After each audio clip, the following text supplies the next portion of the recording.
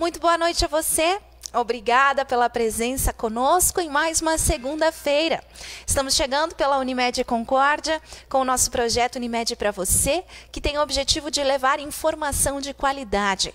Sabe essa informação verdadeira que a gente pode confiar? O lugar é aqui, porque nós estamos focados em saúde, estamos focados em cuidar bem das pessoas. Nós começamos agora com alegria em mais uma semana ao vivo para você. São 8 da noite, quase 5 minutinhos. Obrigada a você que vai ficar conosco a partir de agora. Esse programa é especial para as mulheres. As mulheres já estão se tornando fãs aqui do nosso programa, tem sempre programa voltado para elas. Mas você que é homem também pode e deve participar. Em todas as casas, né, que tem casais, enfim, o homem sempre é o apoiador da mulher. Então, no caso de câncer de mama, esse assunto é sério e precisa especialmente de um apoio também masculino. Então, você é convidado a estar conosco para participar e juntos fazer tudo isso ser ainda mais especial e também ser mais forte, né? Juntos somos mais fortes, é essa força que faz a diferença na vida de muitas pessoas que têm passado pelo câncer de mama ou pelo câncer de colo de útero e também pelos outros tipos de câncer, mas nós não vamos entrar em detalhes hoje. Você é nosso convidado, fique à vontade. A partir de agora você pode participar, interagir, mandar sua pergunta para a gente, porque nós temos aqui pessoas especialistas no assunto que vão nos ajudar a saber mais sobre esse assunto que gera muito medo. Mas, como a doutora Paula já disse, não é uma sentença. Seja bem-vindo, Unimed para você começa agora.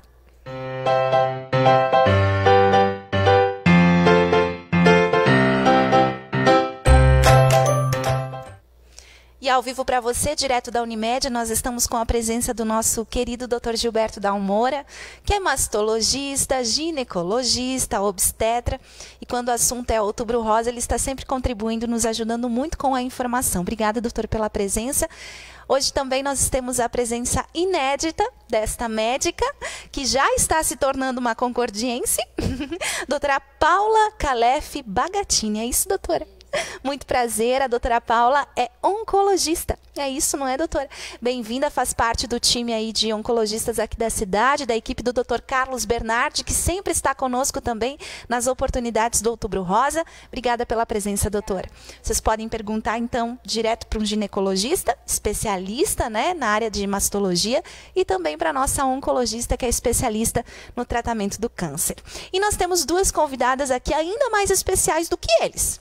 Né? Elas são as nossas mulheres que superaram, venceram o câncer e estão ali, ó, lindas e poderosas para nos contar os seus relatos, os seus testemunhos, os seus depoimentos de vitória, né? Em quem elas se tornaram depois de tudo que elas passaram. Luciane é da nossa casa. Luciane Fornari, boa noite. Empresária, querida e mulher, né? Luciane, mulher, isso aí. E a Jéssica Peixe, é isso? Jéssica, boa noite, obrigada, prazer em conhecer. A Jéssica, então, é uma menina, como vocês podem ver, né? Uma menina mulher. E já passou pelo câncer de mama também. Daqui a pouquinho a gente vai conhecer esses relatos e essas histórias. Já falei demais, agora eu quero a sua participação de casa. Vamos começar a conversar e a perguntar ao vivo. Esse programa não é só um programa de conhecimento, ele é um programa de relacionamento. A gente quer que você se relacione conosco para a gente ter um grande debate pela Unimed Concórdia nessa noite. Mas a pergunta inicial já é para o doutor Dalmora. Doutor, o que é esse câncer? O que é o câncer para que a gente possa começar a entender esse assunto de noite? Boa noite. Boa noite a todas, a todos. O câncer de mama, na verdade, é o câncer que mais acomete a mulher, né? Nós temos hoje a previsão no Brasil de 59.200 casos, mais ou menos, né? Pela previsão do INCA, no ano de 2018. Foi superado muito pelo câncer de colo do útero, né? Principalmente a nossa região sul e sudeste, que são as regiões que mais têm câncer de mama. Então hoje o câncer de colo existe, mas muito menos. E o câncer de mama é o que mais está prevalecendo nesses últimos períodos. Existe uma série de fatores, nós não podemos atribuir a somente um fator único para dizer aqui veio o câncer de mama. Então, é uma série de fatores que contribuem para essa etiologia, tá? E vem sempre aquela pergunta, por que aumentou muito o câncer de mama? Que é um contraponto que existe, que conforme melhora a qualidade de vida e nas regiões que tem uma qualidade de vida melhor, nos países que estão mais desenvolvidos, aumenta a incidência do câncer de mama. Aí vem uma série de fatores, que são o estilo de vida, a questão da nossa convivência diária com algumas situações de estresse, tensões, obesidade, né, questão da atividade física, a ingestão alimentar, né, de alguns fatores que podem prevalecer, algumas outras questões de reposições, né, aí vem sempre aquela grande dúvida que existe quanto à questão da reposição hormonal, tá? Existem fatores que podem interferir, outros não. Então, é uma série de fatores, nós não podemos atribuir somente a um fator. Então, é uma série, mas que na verdade está muito prevalente. Na nossa região a incidência também é muito alta, né? E cada vez a gente vê uma incidência muito grande. Então, é uma série de fatores que contribuem para o aparecimento do câncer de mama. Complementando essa primeira descrição do que é o câncer para a gente, na visão oncologista, né, na visão oncológica, o que acontece com o nosso corpo que forma o câncer, especialmente o câncer de mama? Tem algo a ver com as células? Descreve para a gente, doutora Paula, por favor. Primeiro, boa noite. Quero agradecer o convite. Na verdade, todos esses fatores que o Dr. Dalmora comentou, eles são alguns fatores que podem levar a alguma alteração no DNA das células. Então, a gente sabe que o desenvolvimento do câncer está relacionado a diversos fatores. O nosso próprio organismo ele tem alguns meios para identificar essas alterações nas células e por perda desse mecanismo de defesa, acaba que as células elas sofrem alterações e elas começam a crescer de uma forma desordenada e de uma forma descontrolada também. Então, um dos motivos é essa dificuldade de identificar essa célula inadequada e acaba que elas vão crescendo e acaba desenvolvendo e desencadeando o câncer. Para complementar essa informação, acho muito importante a gente entender, né, por que o nosso corpo forma um câncer, né?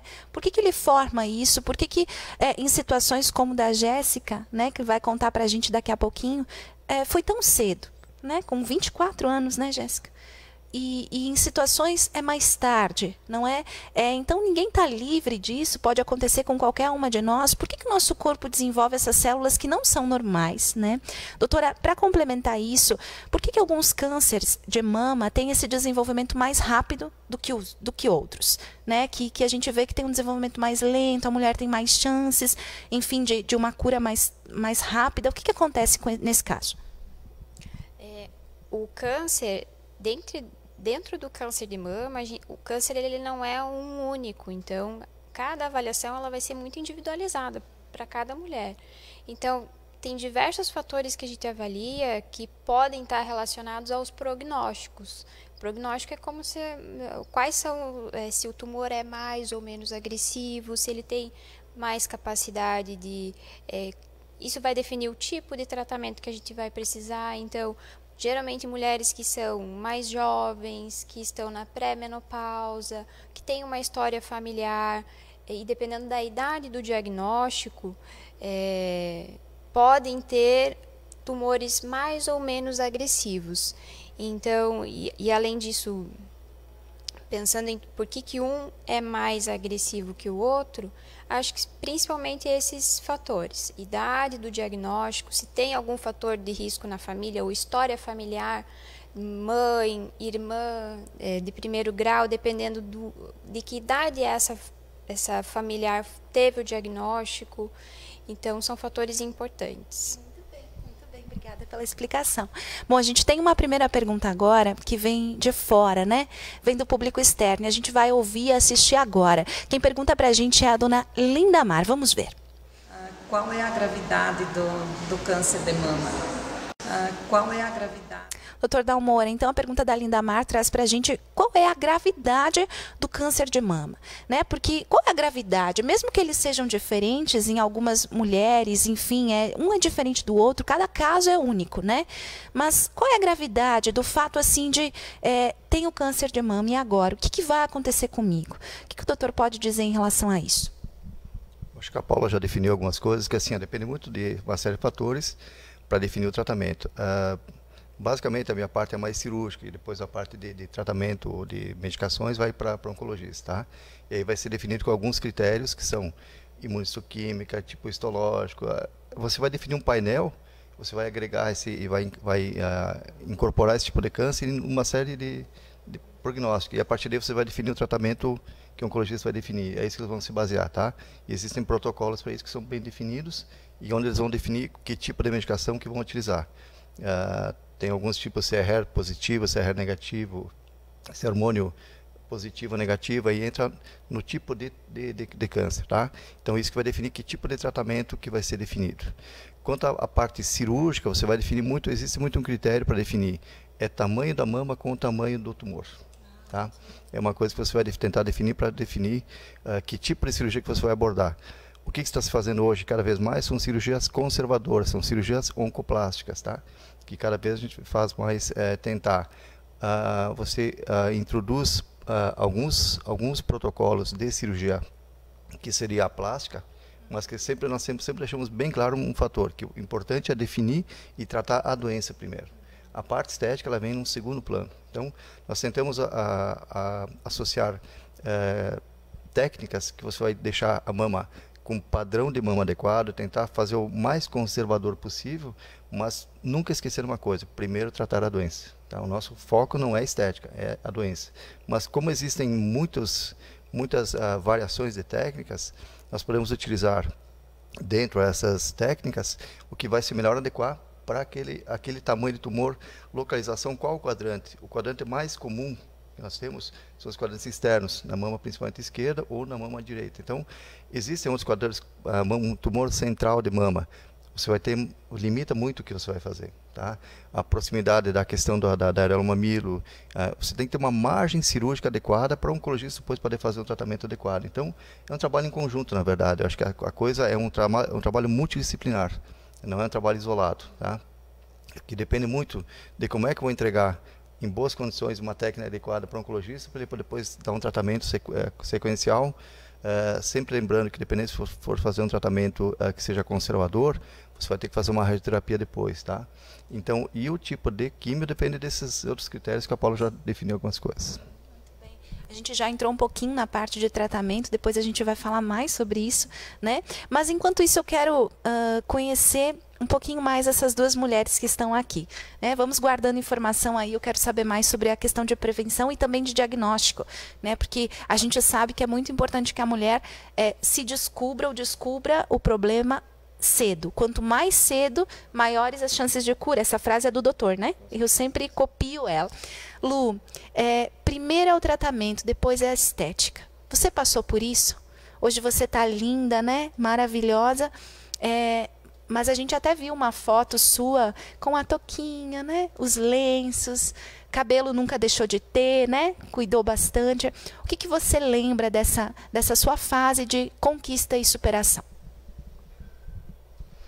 Então, primeiro, boa noite, obrigado pelo convite, é sempre uma honra, e principalmente uma honra de falar com as mulheres, né? Que acho que essas que realmente faz com que o porquê que a gente esteja aqui, exponha, porque é um momento muito dolorido na vida da gente, né? Por mais que eu brinquei aqui quando ela falou que eu estou bonita, mas é uma coisa que justamente que eu posso, acho que, falar sobre isso um pouquinho, Karine, porque o câncer, ele tem uma coisa muito interessante na vida de uma mulher, no caso, para mim foi, né? Então, e eu gostaria de que aquelas que talvez estejam passando por isso, pensem um pouquinho nisso que eu vou falar. Eu tive câncer aos 38 anos, quando a gente foi diagnosticada. O doutor Dalmoro e o doutor Carlinhos, que me trataram, são como uma grande família. Foi assim que eu me senti dentro da Unimed, em todos os sentidos. E muito apoio da família, né? Que isso fez toda a diferença, amigos e tudo mais. Mas o câncer, enfim, ele me libertou de uma coisa muito importante, que é nós mulheres, que é aquela coisa dos paradigmas que a beleza nos impõe, que a sociedade nos impõe. Então, eu acho que se eu não tivesse passado por isso, talvez eu ainda estasse muito presa a isso. Eu estaria muito escrava, nesse sentido de que o quanto a gente tem que estar bonita, do quanto a gente tem que ser uma modelo, do quanto a gente, para ser uma mulher, para ter referência, para ser pela sociedade ser colocada como principalmente uma mulher de sucesso, né? Então, esses padrões que a sociedade, de certa forma, coloca, hoje eu não tenho problema nenhum em dizer que sou uma mulher que fiz mastectomia total e que me acho uma mulher muito bonita, muito sexy. Então, quer dizer, isso não mexeu com a minha feminilidade, né? Eu acho que isso é uma coisa que vai muito da cabeça da mulher.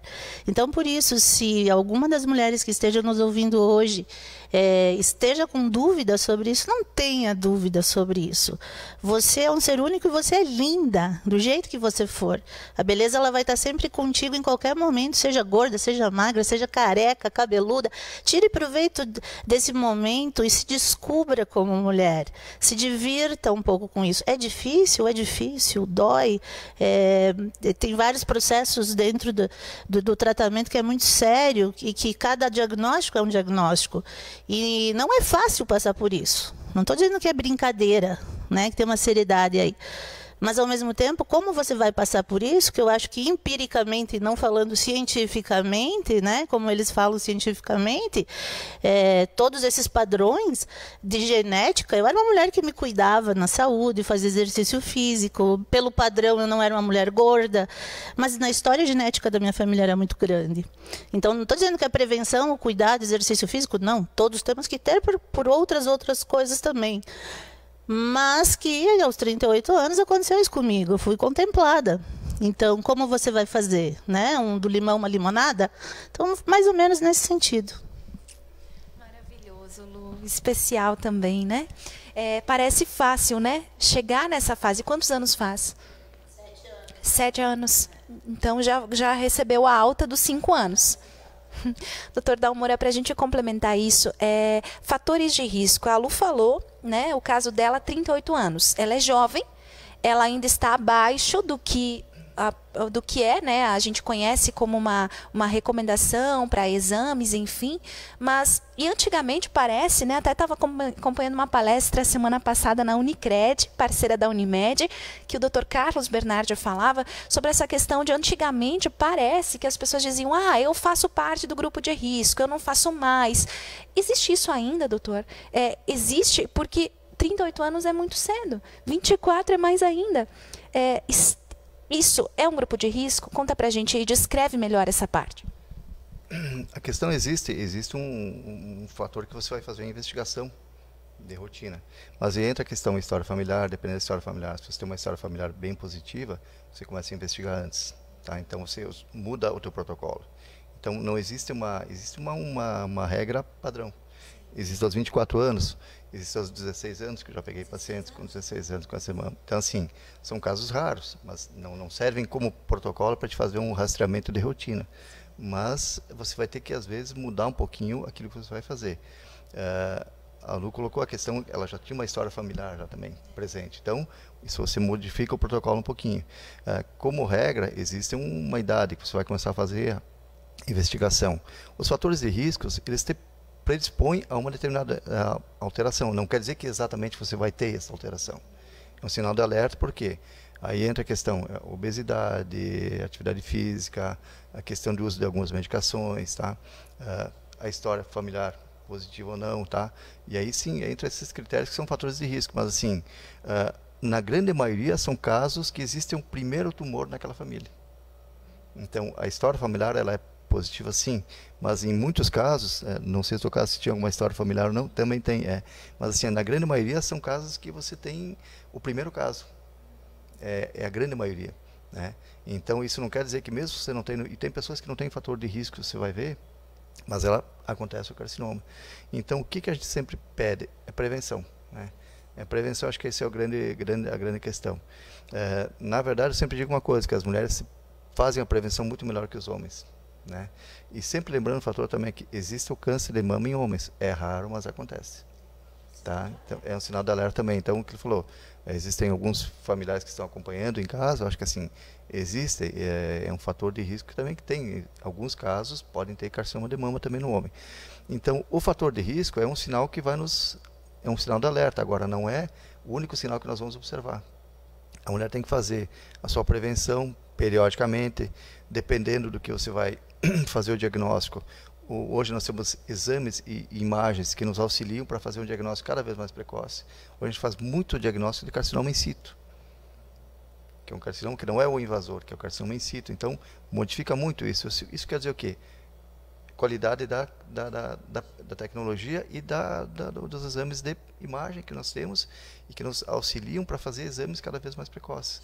Então, nós vamos evitar uma série de fatores que, se fosse fazer daí um tempo, seria um carcinoma invasor. Então, muda toda a história natural da doença, de tratamento, né? Tudo isso modifica. Então, muito bem, quero aproveitar, doutor, esse gancho, porque nós temos mais uma pergunta agora, que é justamente sobre isso, né? Como eu gravei, eu sei que pergunta é. Vamos lá, então, e essa pergunta vem justamente para você, doutor Dalmora. Nós vamos ouvir a Marli agora.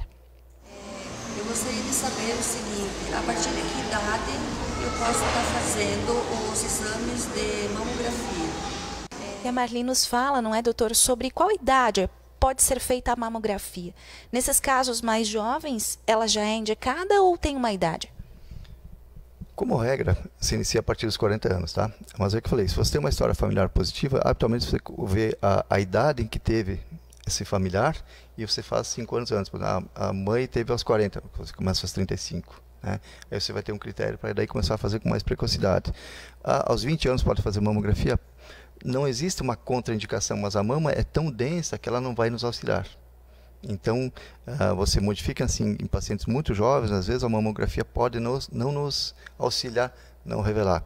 Aí existe aquela velho paradigma que tem, mas por que fazer mamografia? Por que não posso fazer só ultrassonografia?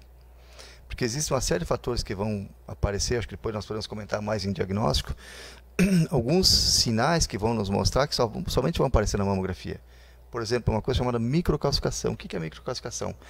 Imagine um monte de uma página branca com um monte de pontinho de caneta. Pegar uma caneta e fazer um monte de pontinho, isso é microcalcificação, para as pessoas terem uma noção. Isso pode aparecer, e dependendo do aspecto que elas tenham, da morfologia delas, elas podem nos indicar um câncer, que você não vai palpar, a gente, no exame físico você não palpa, só vai aparecer na mamografia. Então, existe aquela questão, por que não fazemos? Os exames se complementam, e isso eu acho que isso é importante ter essa noção. Tá? Então, às vezes você tem que fazer, pode não ser o melhor exame ainda, mas ainda o exame de rotina para rastreamento ainda é a mamografia, tá? Auxiliado por outros exames, seja a ultrassonografia e em alguns casos a ressonância. E tem aquela questão também da primeira identificação através do toque, né? Não é tão eficaz, mas pode ajudar, né, doutor? Eu sempre saliento que assim, o autoexame de mamas, por que ele é importante? Se você conhece bem a tua mama, você faz periodicamente o teu autoexame, você não tem que saber que existe uma alteração, você tem que saber, tem uma modificação aqui. Não há necessidade de saber o que é, mas você vai procurar teu médico antes. Porque o que acontece? Existe aquele carcinoma que acontece nos intervalos das consultas. Você pode ter feito uma consulta há 3 meses atrás, fez exames, fez rotina, está tudo bem. E pode aparecer.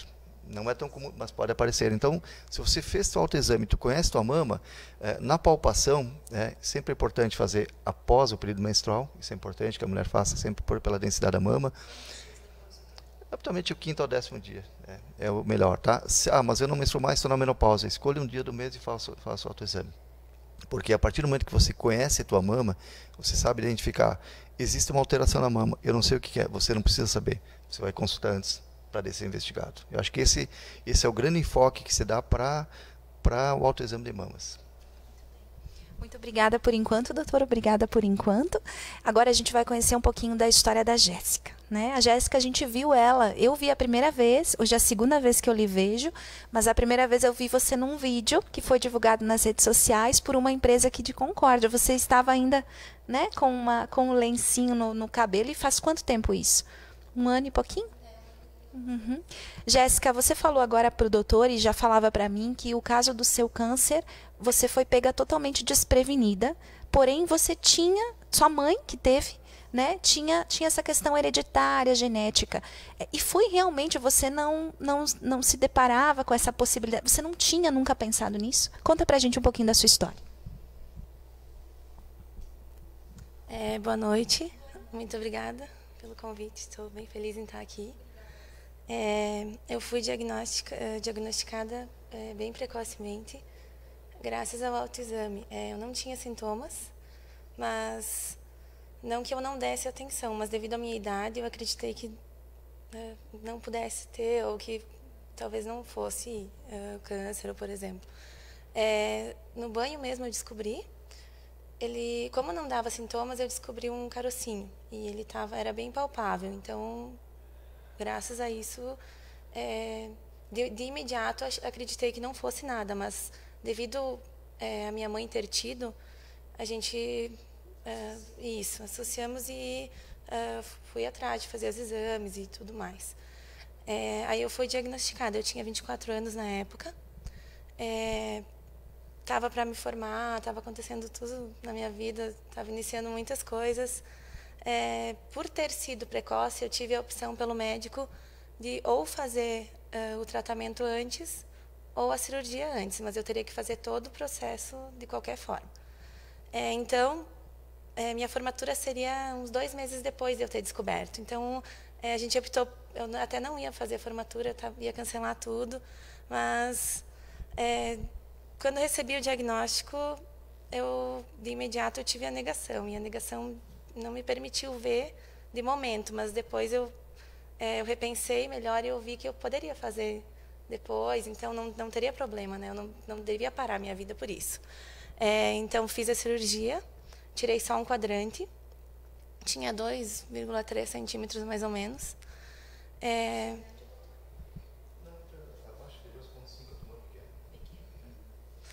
Então, depois de um mês, eu me formei, deu tempo da recuperação da cirurgia e tudo mais. Me formei no sábado, na segunda-feira eu comecei a quimioterapia. Fiz 8 sessões de químio, 4 brancas e 4 vermelhas. E depois da quimioterapia eu fiz 30 radioterapia. Aí o tratamento e a cirurgia eu fiz em Joaçaba e a rádio eu fiz em Chapecó, que é o local mais próximo daqui. Hoje eu digo que não agradeço assim, não é bom ter câncer, mas de certa forma eu agradeço pela pessoa que eu me tornei. Antes eu dava muito valor, eu era muito vaidosa, eu dava valor extremamente, como o aluno mesmo falou, eu dava muito valor para coisas fúteis, assim, que hoje eu vejo que não tem tanto valor assim. Meu cabelo para mim eu acho que para qualquer mulher de certa forma a autoestima a gente tem que se sentir bonita, né? Até pelos padrões de beleza da sociedade e tudo mais. Mas isso me transformou em uma pessoa melhor e me fez ver as coisas de uma forma diferente. Isso eu agradeço por ter tido, de certa forma. Você está mais bonita hoje, viu? É só olhar as fotos da Jéssica. Dá para buscar você no Facebook para o pessoal lhe conhecer? Jéssica Peste, né? É uma nova mulher. Justamente sobre isso, a gente vai começar a falar agora, que é essa questão do tratamento, né? Quimioterapia, o que ela faz com uma mulher, a própria radioterapia, a cirurgia, enfim. Não foi fácil, né, Jéssica? A quimioterapia provoca alguns efeitos colaterais, né? Ela falou sobre 2 tipos de quimioterapia e da queda do cabelo. Vai guardando essa informação para a gente. Nós temos uma pergunta do público enquanto isso, doutor Dalmora, que fala justamente sobre algo que você citou antes. É da Kellen. Boa noite, Kellen. Boa noite a todos. A gente não está ausente a vocês, a gente está vendo todos os comentários. A Sandra que participa, o Marcos, a Cirlei, a Marcela, a Graciela, boa noite a todos vocês. Mas a pergunta da Kellen trata o seguinte: gostaria de saber qual a relação do câncer de mama com a reposição hormonal. Doutor, o que é isso?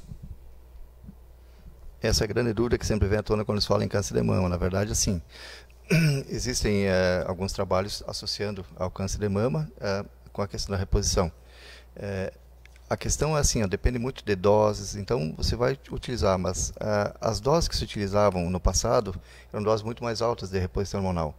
Hoje você tem medicações que são com doses diferentes e tem a questão de fazer um tratamento isolado com estrogênio, com progesterona, então eu acho que essa que é a grande questão, né? Mas com maneira que fica uma informação que é importante as pessoas saber, quando for fazer uma reposição hormonal tem que ser bem avaliado. Hoje o tratamento muito da reposição é individual, tá? Com doses menores, avaliando o risco que essa pessoa tem com os benefícios que ela vai ter fazendo a reposição. Então, sempre tem um cuidado muito grande que tem que se ter quando vai fazer a reposição hormonal. E entra, inclusive, nessa pergunta, a questão do anticoncepcional também, que é uma dúvida que as mulheres têm. É hormônio também. Toda a parte hormonal, o anticoncepcional, a reposição, são hormônios, tá? O anticoncepcional em si, por enquanto não se tem apesar de ser um hormônio, a prevalência é muito pequena sobre o câncer de mama, tá? A questão é mais a reposição, porque no passado se utilizou doses muito altas. Se passou por um período que se não utilizava hormônio, se passou por um período que se começou a utilizar doses altas e para todo mundo, quase que você colocava na água.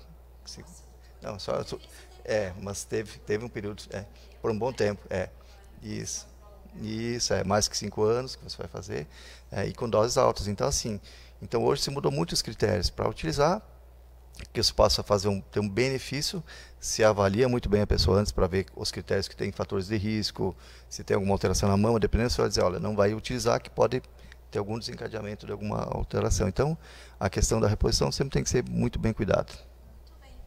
Respondido, até eu aprendi com essa pergunta, né? E a gente tem mais uma pergunta, doutora, agora, que também é para você. Doutora Paula, guarda seu conhecimento um pouquinho, viu? O ginecologista fala mais essa hora mesmo. É da Rose. Vamos ouvir a pergunta da Rose, que é da equipe da Unimed. A pergunta vem aqui de dentro da nossa equipe de quase 80 colaboradores. Vamos ver. Doutor, o fato de engravidar mais tarde pode ser um fator para gerar câncer de mama?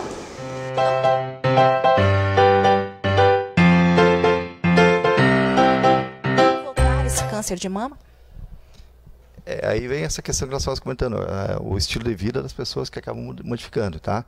Então, tu retardar, né, uma gravidez após os 30 anos, a questão de tu amamentar ou não, são fatores que você vai entrar em fatores de risco, tá? Então, porque você vai ficar muito mais tempo sobre a questão do efeito hormonal. O que acontecia no passado? Se vocês lembrarem, as mulheres tinham 10, 12, 15 filhos, né? Depois, começavam muito cedo, ficavam muito tempo amamentando, ficavam em amenorreia, que a gente chama, quer dizer, sobre o estímulo hormonal totalmente diferente. Então, isso nos fatores que também se interfere muito, mas então, retardar a gravidez ou não engravidar, que hoje tem muitas mulheres que acabam não engravidando, também entra nos fatores de risco que aumentam o risco para carcinoma de mama. Então, a gente tem que cuidar com isso também, né, doutora Paula? Muito bem, aproveitando essa questão da prevenção, porque talvez isso também seja um fato de prevenir, né, doutor? Talvez está prevenindo. Tem atividade física, tem alimentação, tem a questão da obesidade também, que é manter um peso, evitar a obesidade, não é? O próprio Dr. Carlos Bernardi falava isso. Evitar o consumo de bebidas alcoólicas também pode ajudar. Enfim, são ideias, né, estudos que fazem com que a gente tenha uma vida mais saudável e a gente possa prevenir esse tipo de câncer, enfim, esse tipo de questão. Doutora Paula, nós já vimos que o câncer ele existe para pessoas mais jovens também, né? Tem como a gente fazer um estudo, por exemplo, o doutor já falou que há toda uma investigação, né? Dá para fazer uma investigação, mas para as mulheres que estão nos assistindo agora, que talvez nem prestaram atenção de perguntar para a família, olha, uma tia teve isso, uma avó teve isso. Essa informação está mais associada aos parentes mais próximos, né? Essa investigação começa por quem? No câncer de mama, a gente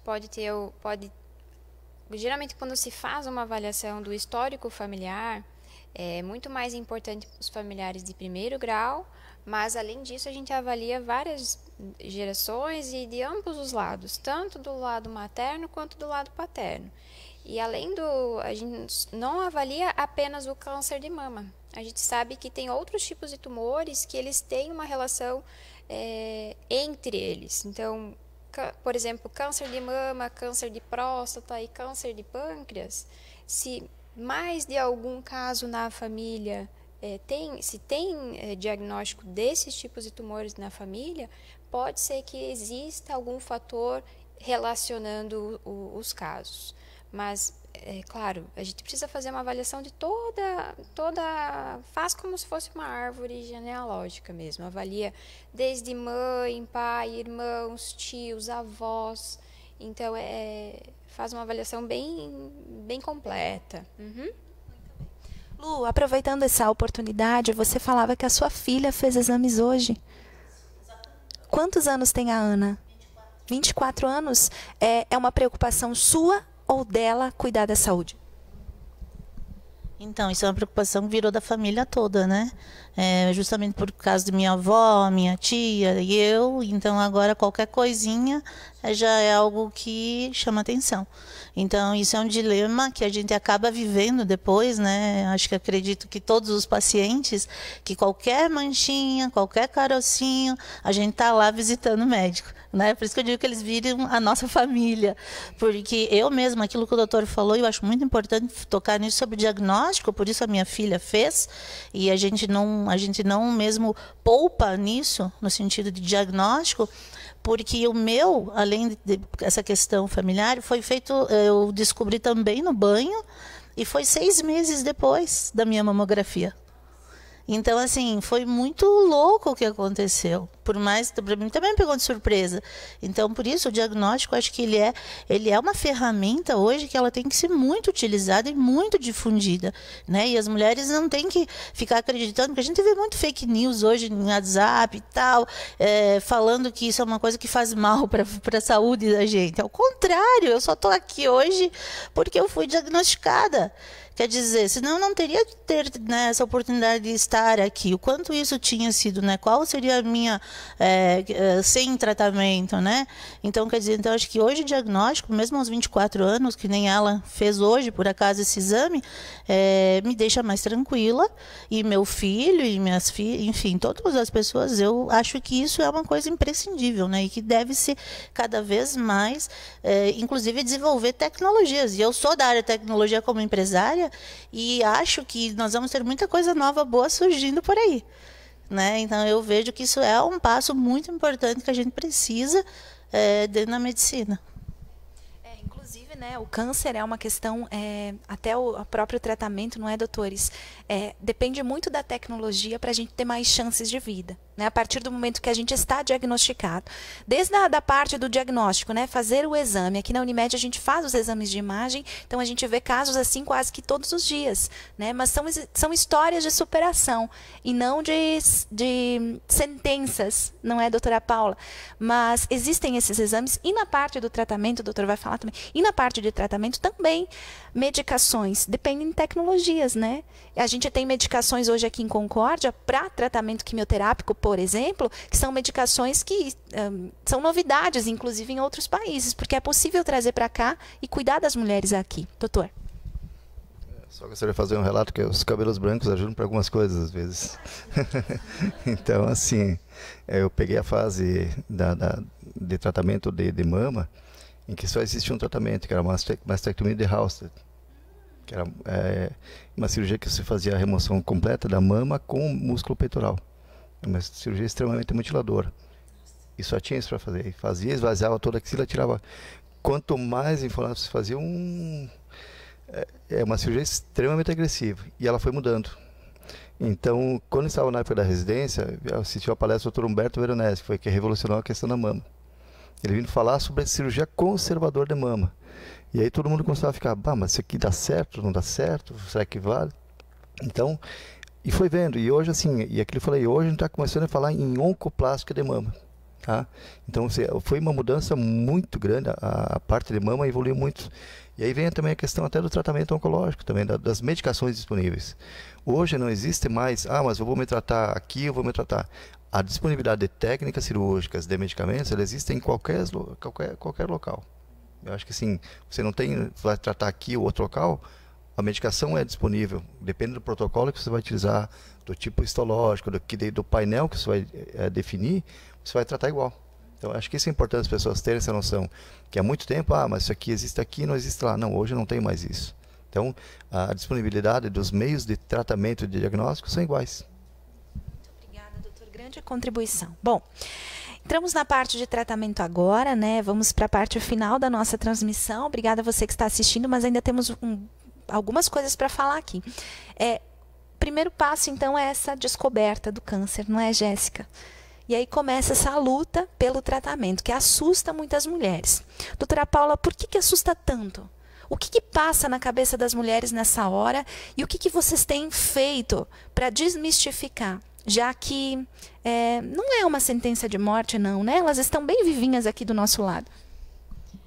Eu acho que o dia mais difícil do diagnóstico é o dia que você está lá com o médico e recebe o resultado do anátomo patológico e você tem que falar que realmente é uma lesão maligna, que né? E que é um câncer. Acho que a palavra, ela tem um efeito e ela tem uma força muito grande. Então, eu acho que gera todo esse medo porque existe ainda uma relação direta com a morte. Então, acho que o que gera é medo, né, de que a morte vai acontecer no dia seguinte e tudo que você luta na tua vida cai por água abaixo, né? Então, eu acho que o maior medo é esse, é isso que a gente precisa mudar, né? Tem duas mulheres lindas aqui que são exemplos, né? E acho que a nossa luta todos os dias também é nisso. É desde o diagnóstico precoce, cada vez mais estimular o diagnóstico precoce para que os tratamentos eles comecem o mais cedo possível. E cada vez mais a gente consegue ter mais pacientes livres da doença. Precisa fazer o tratamento? Eu falo para os pacientes, é uma fase, né? É mais complicada, não é fácil.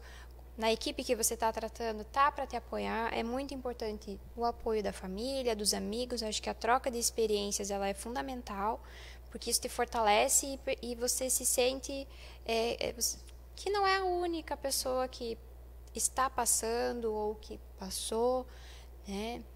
E que ao mesmo tempo tem outras mulheres que estão seguindo a vida e que não estão mais em tratamento. Então acho que a minha luta é essa, assim, acabar com essa estigma de que a doença tenha tudo isso. É claro, é como foi comentado, a gente precisa ter uma seriedade no tratamento, na doença, mas eu acho que a gente precisa tirar um pouco desse peso. Cada vez mais a oncologia ou qualquer tipo de câncer está sendo visto como uma doença crônica. Os tratamentos eles vêm melhorando, toda a tecnologia está vindo para nos ajudar. Mais uma pergunta. A gente entra então nessa questão de cirurgia sempre é necessário, doutor? Ou às vezes tem questões que não é necessário? Na grande maioria das vezes a cirurgia vai ser necessária. O que pode às vezes mudar a questão se vai fazer algum tratamento neoadjuvante, que seria antes da cirurgia ou depois, tá? Então aí depende. Tamanho de tumor, tipo histológico, carcinoma inflamatório, um carcinoma que é diferente, então você faz primeiro o tratamento de quimio, de rádio primeiro para depois operar. Se é um tumor muito grande, às vezes, para tentar fazer uma cirurgia conservadora, você faz um tratamento neoadjuvante para num segmento fazer uma cirurgia. Então, assim, em algum momento a cirurgia vai ser necessária. Qual momento? Aí tem que ser avaliado. Tamanho do tumor, tipo histológico, daí você vai ver qual que é a melhor conduta, tá? E aí você entra com aquilo que eu falei, você dá preferência dentro do que é possível para tratamentos conservadores, né? Que sejam, conservem melhor a mama, né? Então hoje tem várias técnicas para isso, tá? E aí você vai decidir qual que você vai fazer. O que é importante também ter a questão da amostra da axila, tá? Por enquanto a questão do linfonoma sentinela, né? Então você vai fazer também a avaliação para depois definir alguns critérios, tá? Isso está mudando muita coisa, mas por enquanto se faz, tá? E a questão de fazer esvaziamento axilar cada vez se faz menos. Então, a questão de manutenção, edema de braço, essas coisas que se tinha muito, hoje é muito menor. Elimina, porque com o sentinela praticamente esse risco pode acontecer, mas é muito, muito menor, tá? Então, a mulher tem uma qualidade de vida posterior muito boa. Eu acho que uma coisa importante, que a Lu comentou isso, é importante, isso é a maneira como a pessoa encara a sua doença e como isso faz muita diferença. Isso a gente percebe no dia a dia. Se a pessoa que nem a Paula colocou, não é uma sentença de morte. Hoje não é. É que às vezes a pessoa é difícil, isso a gente entende. E como a pessoa encara a doença, faz toda a diferença. Isso a gente percebe claramente. Se a pessoa encara, não, é uma coisa transitória, é difícil, não é fácil, mas assim, vai ser superado. Você consegue transpor esse caminho, essa época difícil, com muito mais serenidade e que no final as coisas dão mais certo. Complementando, então, agradeço a Neliane, né? Ela concorda com você, doutor, e diz, a Neliane Munareto, né? A palavra câncer é assustador. E é isso que o doutor Dalmor acabou de falar aqui. Jéssica, aproveitando essa oportunidade também, como foi para você ir para a quimioterapia? Você foi triste, com medo, desanimada, preocupada, cabeça baixa? O que você lembra? Claro que a primeira sessão deve ser realmente assustadora. Mas como foi para você?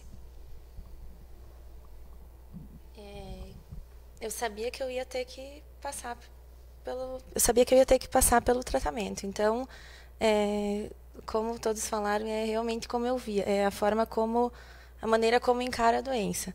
Se eu visse como algo que fosse me fazer mal, não ia me ajudar. Então, eu tentei ver da melhor forma.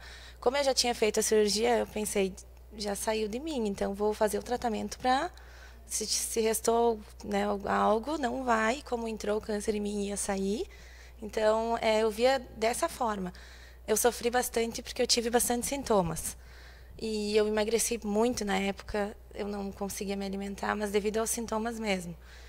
Mas cada caso é um caso. Eu acho que cada corpo reage de uma forma diferente, desde qualquer parte do tratamento. Mas eu tentei ver da melhor forma possível, mesmo. É bom ver pacientes assim, doutora? É muito bom. É muito bom trocar experiências e é como eu falei, elas são um grande exemplo de que fazendo o tratamento é possível, fazendo o diagnóstico precoce, depois a vida ela volta ao normal, é um período transitório. Uma coisa importante às vezes seria falar sobre como é feito aqui. Isso, porque as pessoas não sabem. Existe muita dúvida do que é a quimioterapia, o que é a radioterapia. De uma forma bem simples, eu gosto de dizer a quimioterapia é como se fosse um soro, né? Vai ser um tratamento na veia que você vai receber, que você pode fazer, você não precisa ficar internado, você pode, né, na maioria das vezes é um tratamento que a gente considera ambulatorial, vai ter um período que vai ter que ficar na clínica ou, né, no serviço que está recebendo e depois você vai para casa. Claro, existem os efeitos colaterais, quimioterapia não é única, então não é o mesmo remédio para todos os tipos de tumor, inclusive para o câncer de mama, são vários tipos de quimioterapia. Tem um tipo de quimioterapia que é bem conhecida pela quimioterapia vermelha, que é a que faz cair o cabelo. Tem outras que não fazem cair o cabelo, mas que dá um pouco mais de dor, formigamento nas mãos ou nos pés. Tem quimioterapia também em comprimido, que vai para casa, faz o acompanhamento. Então, temos esses tipos. E perguntou sobre o primeiro dia. Eu imagino que o primeiro dia deva ser um caminhão de informação, né? E que você absorve pouco do que é falado, porque você conversa com o médico, conversa com o enfermeiro, daí conversa com o nutricionista, e você sai de lá perdido. Né? Então, mas... Ao menos para mim, a primeira foi exatamente isso, né? Por mais que eu já tinha sido preparada, o doutor Carlinhos, junto com a equipe, já mais ou menos me explicou.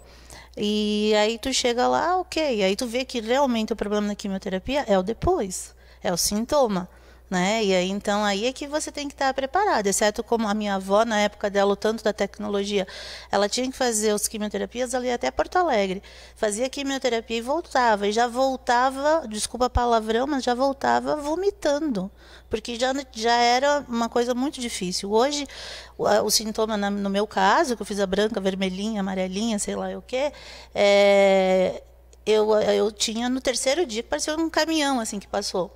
Mas quando eu fui para a segunda, no meio da quimioterapia, eu já levei pipoca para comer, sabe? Tipo assim, claro que tinha coisas que eu tentava fazer daquilo, tipo assim, eu tenho que superar, eu tenho que passar, então vai ser da melhor forma possível. E aí também, no meio do teu processo, a hora da vermelhinha, que é a quimioterapia difícil, que a gente ganha um picolézinho para chupar, eu acho aquilo de um carinho que não tem tamanho para quem está lá naquele momento recebendo aquele picolé para você estar ali amenizando, né, aquele momento que tu sabe que é duro. Eu até fiquei viciada em picolé hoje, sabe? Vocês são culpados disso, sabe? Culpa do Josi, então, olha lá. Só complementando, eu sempre falo para os pacientes assim, é um período difícil? Mas nós temos as medicações e você tem o apoio da nossa equipe justamente para que o tratamento seja o mais próximo do seu dia a dia normal. Então, se você já fazia uma atividade física, continua. Não vai querer correr uma maratona, mas dentro dos seus limites, dentro das orientações com o profissional, se teve um pouquinho de enjoo, vamos tentar melhorar então o remédio. E sim, a gente faz, antes da própria quimioterapia, a gente costuma usar faz como se fosse um preparo, justamente para diminuir possibilidade de ter reação infusional, diminuir a chance de ter enjoo, náusea. A gente usa a medicação para poder estimular a imunidade, então diminui o risco de ter infecção. Então tudo isso a gente usa para que o tratamento não seja tão traumatizante. E vale destacar que plano de saúde cobre tudo isso, não é, doutor? Cobre esse trabalho todo, não é? Inclusive, então a gente que tem Unimed, né, gosta sempre de salientar essa preocupação com a saúde. É uma questão de prevenção, de assegurar tudo aquilo que a gente tem de mais precioso, que é a nossa saúde. Obrigada por enquanto a vocês, obrigada pelos depoimentos aqui, pela participação. Câncer de mama, a gente encerra o assunto, mas eu não posso deixar de falar aqui sobre o câncer de colo de útero, não é? Porque o Outubro Rosa, ele também tem a ver com esse tema, né? São os dois temas juntos. Claro que tudo isso também vale para o câncer de colo de útero, mas a gente tem uma pergunta do público em relação a isso. E antes de fazer a pergunta, só um pouquinho, Alisson, eu quero saber, doutor, o que é o câncer de colo de útero e por que ele pode acontecer? Da onde que ele vem? Né, de uma forma mais breve, explique para a gente da onde que ele vem e, enfim, o que é isso, que também é muito preocupante. O câncer de colo, como eu coloquei inicialmente, quando iniciei a conversa, a incidência para nós já é muito baixa, já foi bem alta, hoje é muito pequena. A gente pega muito doenças que são as displasias, são as neoplasias intraepiteliais, porque nós conseguimos chegar a uma questão de diagnóstico precoce. Tá? Então, assim, carcinomas invasores, felizmente a gente vê muito pouco agora, que pelo menos no dia a dia, que é o que provoca. Existe uma série de fatores que estão interligados também, os fatores de risco. Tá? E eu acho que o grande vilão que seria hoje a questão do câncer de colo é o HPV. Tá? Eu acho que esse é o grande fator que desencadeia. E uma coisa que antes de se conhecer o HPV há muitos anos, não se sabia, tinha cânceres que eram extremamente agressivos. E a gente não conseguia entender por quê. Hoje se entende, são os tipos de HPV de alto grau, que são os invasores, levam a lesões numa propagação muito rápida. Porque habitualmente o câncer de colo, diferente do câncer de mama, ele tem uma resposta bem indolente, ele vai lento, né? Não tem uma propagação rápida. Tá? Ao contrário, que dependendo de alguns tipos de HPV, ocorre uma celeridade exatamente, é mais invasivo. Então acho que a grande questão, e aí vem um fator que você tentou fazer o quê? Vacinação das adolescentes. Infelizmente, a última vez que teve uma campanha, sobrou vacina. Que eu acho que isso, assim, eu acho que isso é uma coisa que, assim, que nem eu falei, os cabelos brancos vão vindo, a gente vai passando por várias fases. Até não ter disponibilidade na rede pública da vacina, todo mundo queria por que a rede pública não tem a vacina? Tá? Porque a gente sabe que hoje a vacina não é tão barata, né? Então, tem pacientes que fazem, a gente recomenda fazer. Mas, a partir do momento que foi colocada disponibilidade, as pessoas, sobrou vacina. Isso que eu não consigo entender. Porque tem um fator, isso é um fator de prevenção muito grande. Tá? Eu acho que assim, a mãe que tem algum zelo pela sua filha, faz, e até os meninos estão sendo vacinados também. Então, os meninos estão sendo vacinados, então, assim, tem que fazer a vacina. Eu acho que isso é um fator muito importante que as pessoas têm que ter essa consciência. Até temos uma pergunta sobre isso, ela é da Fernanda, ela é da equipe aqui da Unimed, e justamente vai pedir sobre isso, mas a gente vai colocar você no ar, Fer, porque eu acho essa pergunta fundamental e é um divisor também de águas para a nossa entrevista aqui. Vamos lá. Doutor, existe alguma vacina que eu possa tomar para me prevenir do colo de câncer de útero? Doutor. Então, doutora, ela pergunta, né, a Fernanda, existe vacina para prevenir o câncer de colo de útero? Porque, na verdade, o HPV seria um dos fatores que mais provoca o câncer de colo de útero. Mas e a vacina para prevenir o câncer? Bom, tem o HPV. Tem alguma forma de prevenir o câncer de colo de útero? Na verdade, a vacina do HPV não existe a vacina para prevenir o câncer de colo. Qual o fator etiológico, o que causa mais o câncer de colo do útero? É o HPV, que é o papilomavírus, tá? E aí o que você vai fazer? Você vai fazer a prevenção. Tá? Então, como é que se faz a prevenção? O que é o melhor? Por que isso está sendo feito para as adolescentes e agora para os meninos também? 9, 10, 11, 12 anos. Por quê? Quando não teve esse contato. aí que está o importante você fazer a vacina, porque aí você vai ter um fator de prevenção, tá?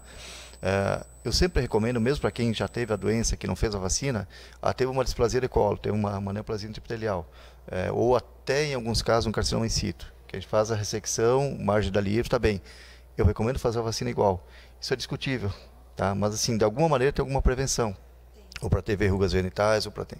Mas assim, o importante quer fazer uma coisa para prevenir, é fazer o quanto antes, a partir do momento que não teve o contato sexual, que pode não ter adquirido o vírus. Então a gente pode esclarecer agora para você, mãe que nos assiste, pai, né? Seus filhos aí na faixa etária de 9 a 12 anos, né? Sem contato, especialmente sem ter tido nenhum contato, né? Essa idade é muito cedo, inclusive, né? Para esse tipo de coisa, mas é importante prevenir nesse momento. Está disponível na rede pública. A vacina contra o HPV é gratuita para essa faixa etária. Bom, passamos da faixa etária, estamos em gerações que não tiveram essa oportunidade. O que nós devemos fazer? Vacinar, não é? Porque o HPV não é um tipo, são vários. São quantos tipos, doutor? Mais ou menos? Muito, né? Não tem como contar, né? Então, faz a vacina mesmo assim, se previne mais um pouco do câncer de colo de útero. Como o doutor falou, é uma questão que é silenciosa, muitas vezes. Vai ser diagnosticada por meio do preventivo, que a gente pode falar assim, né, doutor, de uma forma mais popular. Vai ao ginecologista, faz o preventivo, já consegue identificar se tem algo errado aí, enfim. Doutor, por que o tratamento do câncer de colo de útero é diferente do de câncer de mama, por exemplo? Ele é muito mais, até nessa palestra que eu assisti na semana passada, ele é muito mais invasivo. Como que essa cirurgia, ela judia mesmo do corpo da mulher? São tumores diferentes. Para cada estadiamento que se faz, para cada tipo de tumor, você tem um tratamento cirúrgico, um tipo de cirurgia. Então, assim, o que acontece hoje? O carcinoma de colo. Então, o que nós pegamos hoje cada vez doenças não invasivas, que o tratamento muda. Você faz o que a gente chama de o lip laser, que você retira uma pequena porção do colo e você previne isso. Tá? Então, isso são para lesões que não são invasivas. Tá? Quando você passa a ser doença invasiva de carcinoma de colo, você tem que ver invasão de paramétrio, a questão dos linfonodos inguinais. Então, são cirurgias maiores. Por quê? Você tem que fazer toda uma ressecção. Não é simplesmente retirar o útero com o colo do útero. Você tem que retirar o útero com o colo do útero, com os paramétrios, que são os ligamentos que ligam embaixo. Né? Tipo assim, para as pessoas terem uma noção do que é o que sustenta, é o que mantém o útero no seu lugar. Tá? Você vai ter que ter uma amostragem dos linfonodos, né? Que é toda a drenagem linfática. Tá? Está se fazendo também para linfónodo sentinela para colo do útero também, mas se está comprometido tem que fazer uma ressecção. Em alguns casos você faz ressecção de aumento, então a cirurgia vai começando a aumentar e você vai retirando mais órgãos. Né? Então, se tiver invasão de bexiga, pode ficar com sono. Se tiver invasão de alça intestinal, você pode ficar com colostomia. Então, muda totalmente a abordagem cirúrgica, tá? Então, quanto mais precoce, nós voltamos, nós conversamos, mas sempre é importante que as pessoas sempre voltamos a uma coisa: diagnóstico precoce. Nem sempre, para nós também, às vezes a doença evolui de uma maneira rápida. Então, às vezes, mesmo a pessoa que está acompanhando, pode acontecer um diagnóstico de uma doença mais avançada? Pode, mas isso não é o habitual, não é o comum. Mas, infelizmente, que nós conversamos, às vezes a doença evolui de acordo com vários critérios, vários fatores, evolui de uma maneira diferente para cada pessoa. A gente não sabe quem que vai para A ou para B, mas de uma maneira geral ela tem uma evolução, ela tem uma sequência. Então você tem condições de fazer um diagnóstico bem mais precoce. Só me estendendo mais um pouquinho, mas aquilo que eu coloquei. Quando eu cheguei aqui, o que a gente via muito? Carcinoma de colo de útero. É o que se via. Porque não tinha preventivo. Não tinha, estavam começando, mas assim, se diagnosticava lesões já avançadas, né? Porque aquela questão de não fazer o preventivo, fazer só de vez em quando, ou não coletar certo, então uma série de fatores. E não se via câncer de mama, um que outro. Né? O que aconteceu? Foi acontecendo ao contrário, você foi melhorando a prevenção, melhorando o diagnóstico, fazendo um diagnóstico mais precoce de câncer de colo. Hoje, assim, você vê muito raramente um carcinoma de colo invasivo, e ao contrário, você vê câncer de mama toda semana. Então, as coisas mudaram, porque mudou também essa questão da prevenção. Muito obrigada, doutor Dalmora. Obrigada, doutora Paula. Obrigada por ter vocês aqui. E é claro que a gente vai fechar nossa entrevista com motivações, não é? Porque mesmo que você ali do outro lado da telinha esteja passando por isso, você sabe que o fim é a vitória, né? Você já determina o seu destino, o seu futuro, crendo que vai dar tudo certo. Né? Se você pensar negativo, já é uma grande chance de dar tudo errado mesmo. Mas se você pensar positivo, você vai determinar o seu futuro, o seu destino, né? Aquilo que você vai viver daqui a uns anos, essa vitória, essa superação. Para concluir, você fica por final, porque eu sei que você é boa nas palavras. Jéssica, da pessoa que você se tornou hoje, qual é a vida que você leva agora? Né? Qual é a vida que você leva? O que você pode dizer? Agora eu vivo assim, eu me cuido assim, eu faço isso. Né? O que você pode dizer para a pessoa que está nos assistindo para que ela viva melhor, mesmo sem ter passado por tudo isso? Eu acho que as pessoas não têm que passar por uma situação assim para perceber as coisas que eu percebi hoje. Mas como eu passei, eu tentei tirar o melhor do que eu passei, não foi fácil. Mas eu me tornei uma pessoa melhor. Eu percebi como eu sou amada pelas pessoas, como eu tenho uma família maravilhosa, amigos. E isso que me motivou a estar aqui hoje, o que me trouxe para aqui hoje. E eu só agradeço por estar bem, por passar o que eu passei, por ver as coisas de uma situação, ver as situações de uma forma melhor. E como eu passei, se tiver alguém que, às vezes, da minha idade ou até... porque o câncer não escolhe idade nem nada, eu percebi isso. Então, eu acho que as pessoas devem ver, tirar o melhor disso, deixar as coisas ruins, ignorar as coisas ruins, as situações ruins, e tirar o melhor da situação mesmo, que foi o que eu fiz, e hoje eu vejo tudo de uma forma diferente. Eu dou valor para coisas que antes eu não dava, talvez, ou que passavam despercebida. Agradeço pelas pessoas que eu tive, que se aproximaram de mim, que mostraram como eu sou especial. E eu acho que eu me tornei uma pessoa melhor justamente pelo que eu passei. E só tenho a agradecer por isso. É assim mesmo, né? A gente se torna pessoas melhores a cada oportunidade que a gente tem na vida. E vai deixando suas marcas. Isso vai servir de muito para muitas pessoas que vão passar ainda. Ela vai ajudar muita gente. Lu, para concluir de verdade, o que você tem a nos dizer dessa vida que você leva agora, que é diferente da vida de antes, eu sei. Totalmente diferente. Eu vou dizer para elas, mulheres, se libertem. Eu acho que é isso que a gente tem que fazer. Se libertem de todas as amarras, de como mãe, como esposa, como filha, como, sei lá, dentro da sua carreira profissional. O céu não é mais o limite. Hoje temos mulheres astronautas. Então, faça aquilo que você quiser fazer. Seja aquilo que você quer ser.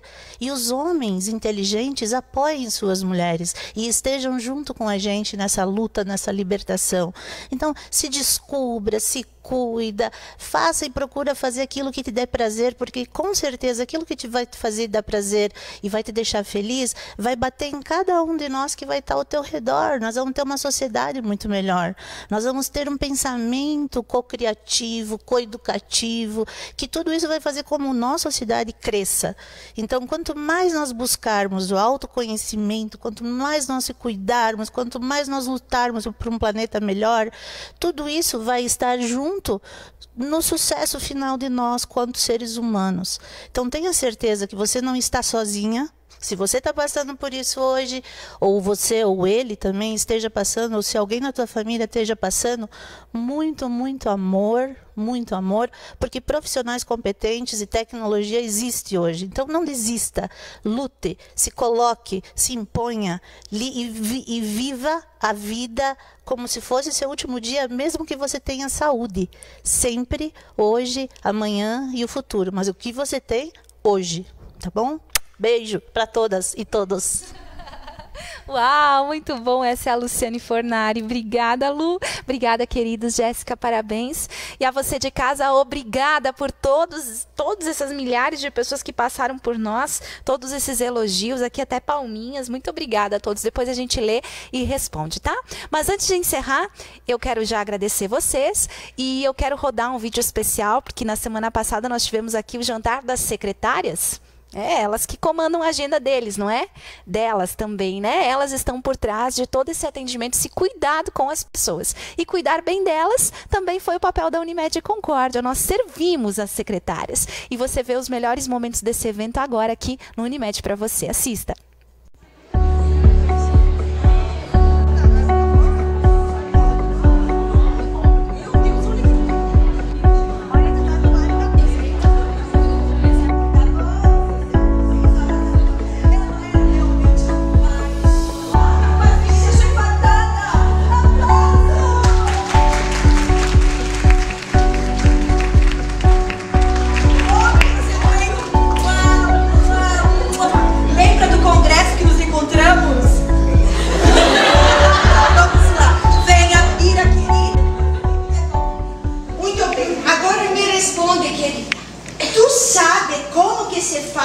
O exame de fezes?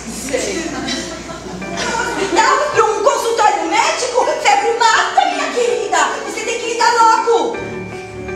Por acaso, eu não estou ligando para um consultório médico?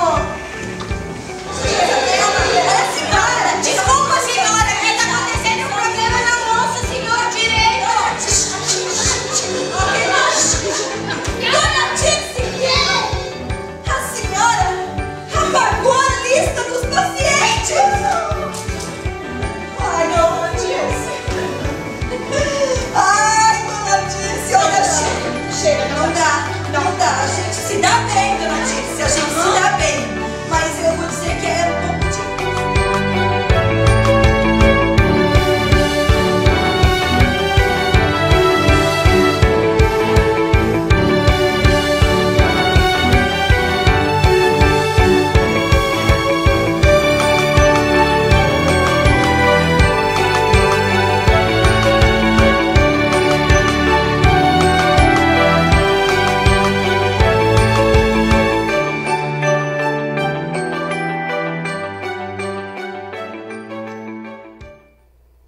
Parabéns a todos e a todas que estiveram envolvidos nessa graça desse evento que foi realizado aqui na Unimed Concórdia. Assim a gente encerra o nosso programa de hoje com mais um recado para você. Mãe e pai, futuros ou não, né? Talvez pais de primeira viagem ou aí pais que estão carregando no ventre aí mais um filho. A Unimed está lançando mais um curso Unibaby, que terá seu início, então, está previsto agora para o finalzinho do mês de novembro. Então, você que tem interesse em participar do Unibaby, que já é um sucesso aqui na nossa Unimed, você pode entrar em contato com a Unimed. Deixa eu achar aqui o telefone bem certinho, encontrei. Caiu no chão, dá licença. Unibaby, nós abriremos novas vagas e o telefone é 3441-1764. O curso será ministrado dos dias 19 a 22 de novembro. Então, vocês podem entrar em contato com a Unimed e reservar sua vaga para o Unibaby 2018, a segunda edição, a última edição desse ano aqui na Unimed Concórdia. Agora sim, boa noite a você. Nos encontramos ao vivo na próxima segunda, às 8 da noite, direto da nossa Unimed, para falarmos de saúde, porque cuidar bem de você, esse é o nosso plano. Uma boa semana a todos. Parabéns, professores!